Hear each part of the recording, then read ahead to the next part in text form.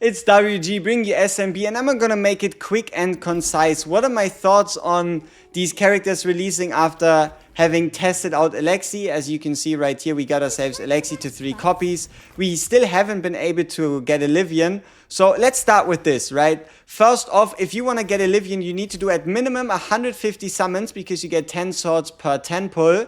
You need to do at minimum 150 summons and then do a couple of like login quests and the like, so that you can exchange for Olivian. So if you don't have 150 summons, banking on the fact that you're going to hit a 15% chance just isn't going to happen. Like, I hit Alexi 4 times, we got Olivian 0 times, right? Like, if you don't have 150 summons, don't even start summoning here. It is not worth it. It is not going to turn into anything useful. And then even then, I would say Alexi and Olivian are hard skips.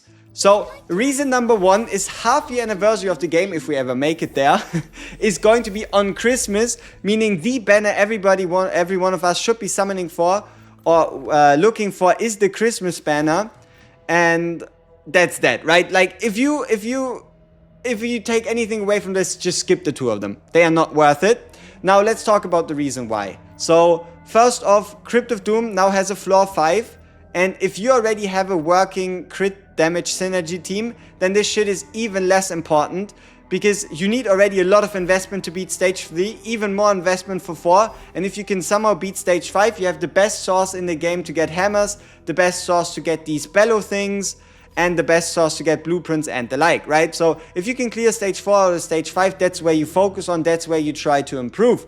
Temple of Light, for you to make any progress in Temple of Light past stage 2, you really need Olivian. And the reason for that is that the Stone Rock Aroma, or armor, what they call it, is when the battle begins, physical defense and magical defense are increased by 70%, and the rats he summons also have really high physical and magical defense. So you really need her. The reason why you need Olivian is because Olivian says that when she's ulting, if an ally of the Dust Devotion casts their ultimate, she grants them 20% magic pen.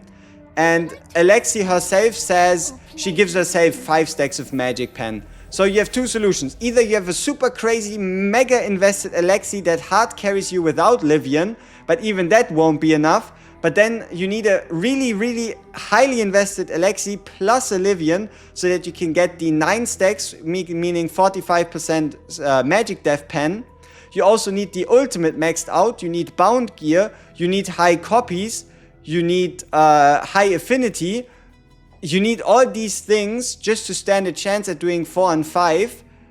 But the drops aren't that different. Like, sure, you get blueprints to make headgear, and headgear is the most important gear in the game, but if you already have the headgear piece for your desired character, getting more headgear here is basically useless, and you can always pray that you get it from damaged holy armor.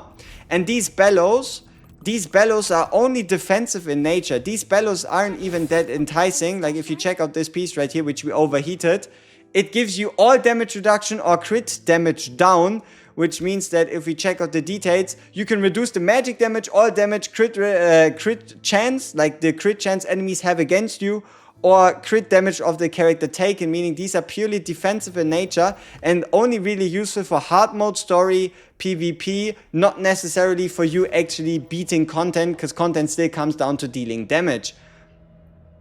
So we'll then get this stage with the next synergy and this stage with the synergy after. The reason why I'm saying is to skip it is because the characters themselves, like, she just doesn't scream, oh, I'm so powerful, I'm gonna carry you through the game. Here, use my ult and beat everything. Like, even if this ult becomes 80% stronger if you have full capacity, and even if you also have Olivian on the field, which you need, because otherwise you're only dealing half the damage, this is not worth it, right? Like, simply speaking, again, this banner is a hard skip unless you want to, at minimum, do 150 summons. And the reason for that is also that the free SSR, this one right here, get the free SSR vessel, is, I think, between Daikalo, Kane, and Lamia is who you can pick here rather than get any of the 2. So yeah, if you don't have 150 summons, if you don't want to spend 150 summons, and honestly, looking at their performance, they aren't worth 150 summons, just save and see if the Christmas ban has anything better to go by. Continue investing into your already invested characters, be it the Crit Synergy, be it Fanny, be it Stella, be it Timeless Aeona. Continue amassing as many hammers as possible so you can continue working on upgrading these substats. And yeah, that's kind of the game plan, and that's kind of it. These people are a hard skip. Yeah, I think that sums it all up.